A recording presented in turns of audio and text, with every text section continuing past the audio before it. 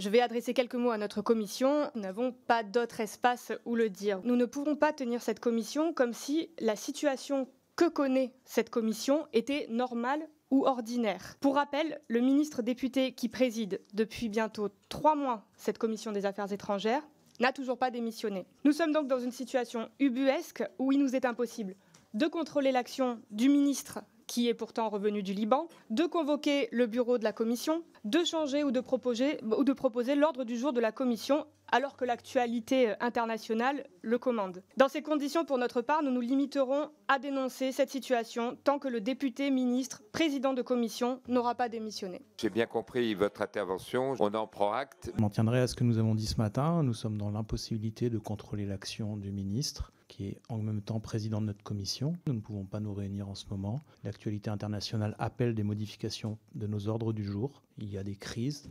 Notre pays est en première ligne sur la question du Liban, lui-même un pays majeur de la francophonie. Donc nous, tant que le président de la commission n'aura pas démissionné pour qu'un nouveau président puisse être élu, nous nous en tiendrons à cela. Nous avons un message à adresser au président de la commission, président ministre Barrot.